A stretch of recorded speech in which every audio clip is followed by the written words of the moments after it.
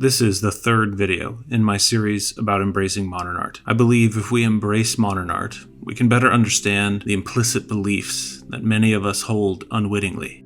In the previous video, I argued for the relevance of Manet's meta art and how it informs the meta art of today. In this video, we're going to skip over Cézanne for a moment and look at the rest of the Impressionists. In particular, Monet. I want to address the notion that art is a unique expression of an individual. Certainly, some art is. Monet's art was, but not all art is just that.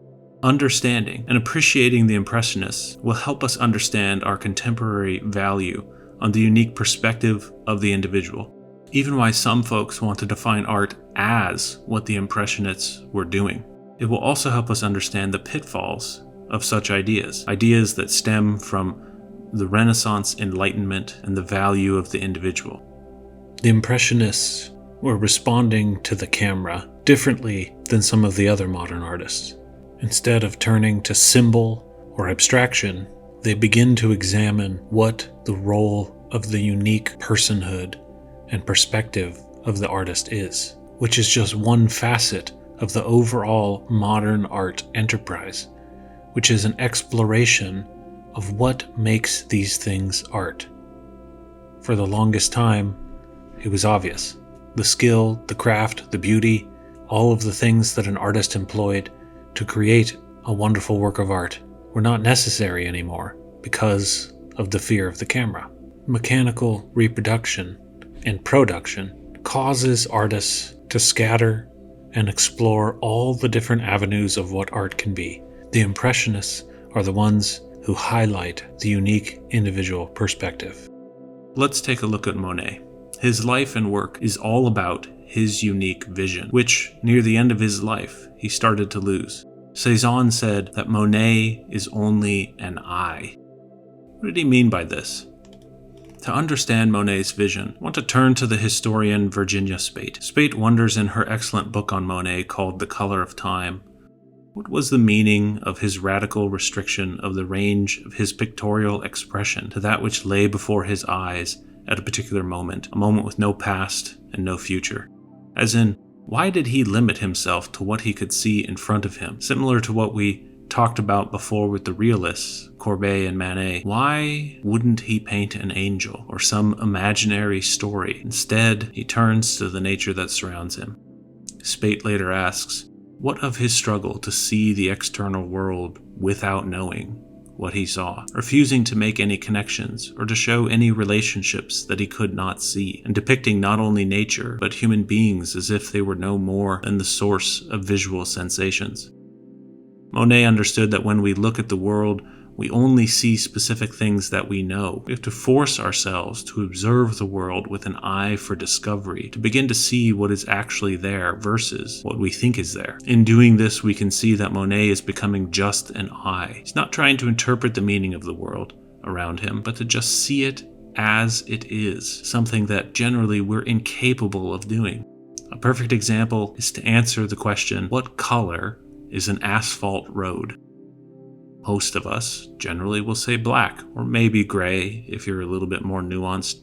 Perhaps you have some Martha Stewart charcoal in mind, but really it changes depending on the context. When it's wet and the sun is setting, it turns orange and red. In fact, it's not one color at all. It's always thousands of colors that you generally ignore. Monet understood this and looked to the world around him to try to see what was there rather than project his experience onto it.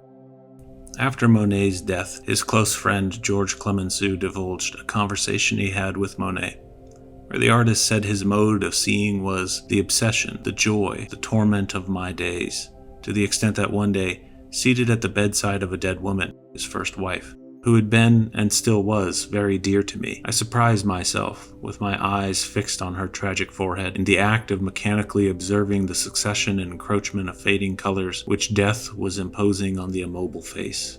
That's what I had come to. It's quite natural to wish to reproduce the last image of one who was about to leave us forever. But even before I had the idea of recovering the features to which I was deeply attached, my bodily organism reacted in the first place to the shocks of color, and in spite of myself, my reflexes drew me into an unconscious process in which the daily round of my life was resumed, just like an animal on a treadmill. Monet is seeking to understand what is in front of his eyes, like the camera, but he also seems to understand that his perception and experience of what is in front of him is more than what the eye can see, unless he becomes like an animal on a treadmill. If the abstract artists are wondering what the camera is capable of and responding to it, Monet is wondering if he can become like a camera. Can he purely see without interpreting and forcing his own values onto the world around him? Spate continues, saying, Monet conceived of his paintings as the expression of his unique perceptions. They would be the expression of what I personally will have felt. And they were indeed not so much literal images of the external world as images embodying his process of shaping it into his own. In 1909, Monet wrote, "Of the visible world that remains only this eddy of radiant atoms."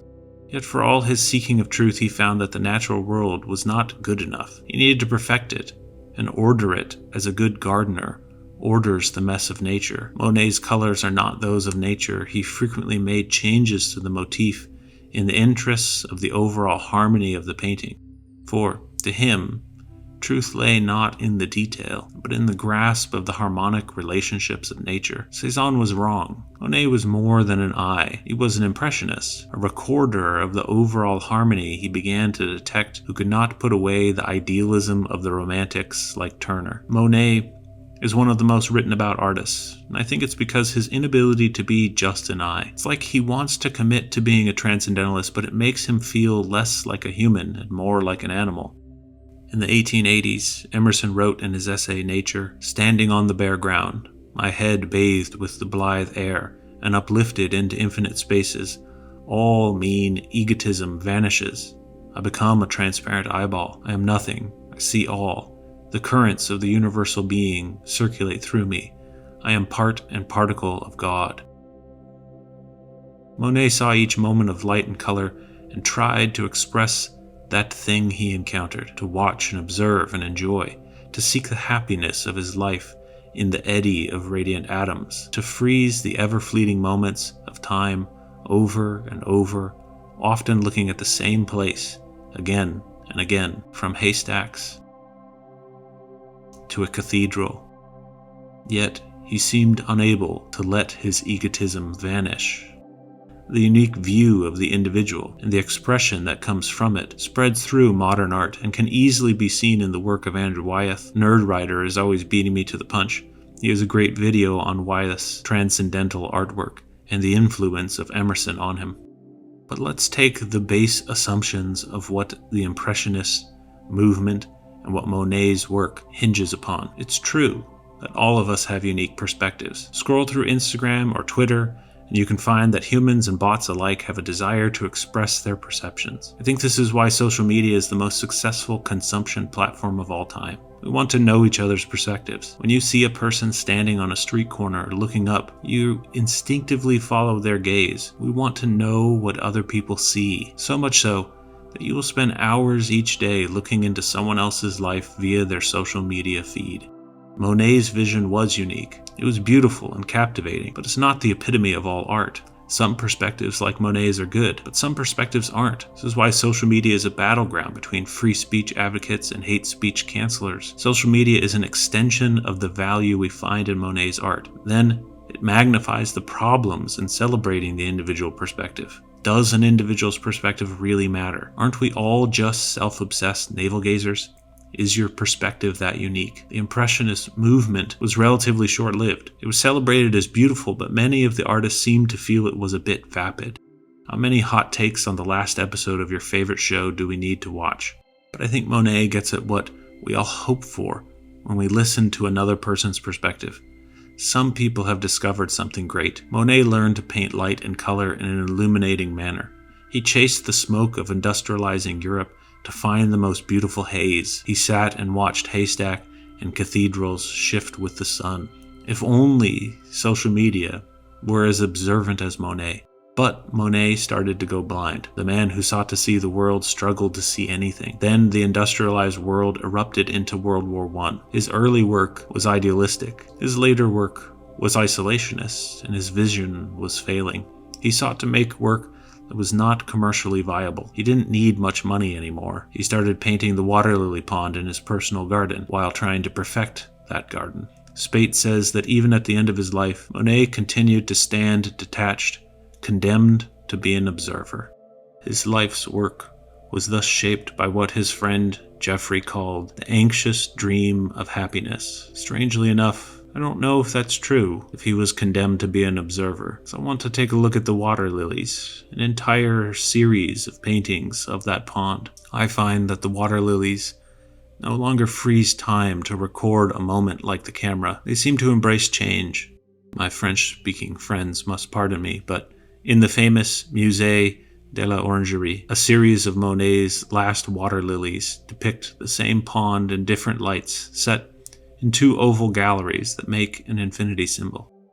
He no longer is capable of seeing a singular moment as his eyes fail. Rather, he must remember the broad generality of what the pond was like. It was change. In canvases with no horizon, there is a sea of color in which the viewer is immersed. I think social media, the way we try to freeze the perfect moments of our lives, denies the truth of reality, that these are fleeting moments. I hope social media starts looking at the water lilies to embrace the evanescence and ephemerality of life in time. Not everyone has a unique perspective. Rather, they have the same ideals as their friends and family and culture. Not everyone's perspective is good, just like not everyone's vision is 20/20. Monet observed color and found in it a mysterious truth. The color of time is change. There is art that expresses the perspective of tribal groups, religious groups, cultures, kingdoms, and nation-states. These are not unique individual perspectives. They are collective perspectives. They are still art. Today, we can see the intermixing of the desire for reemergence of the collective perspectives. You can see artists rediscovering the practices of ancient traditions. My mind goes to the work of Geoffrey Gibson and his combination of weaving and beading and popular culture songs, all tied together in a unique vision of something like a punching bag. Monet found a unique perspective after years of observation, of searching, of looking at the colors in nature, and it wasn't until he suffered the loss of loved ones, World War I, and his own sight, that he really started to understand the impression of his life. We chase time's fleeting moments and try our best to freeze them and hold on to them, and then brag about them. Monet, in his near blindness, helps us see that we cannot capture a moment. Time is change. Every one of our impressions is simply that. It's our impression. That is not a power over nature. Rather, that's a submission to it. Time is fleeting, and the beauty comes through that change, not through our freezing of it.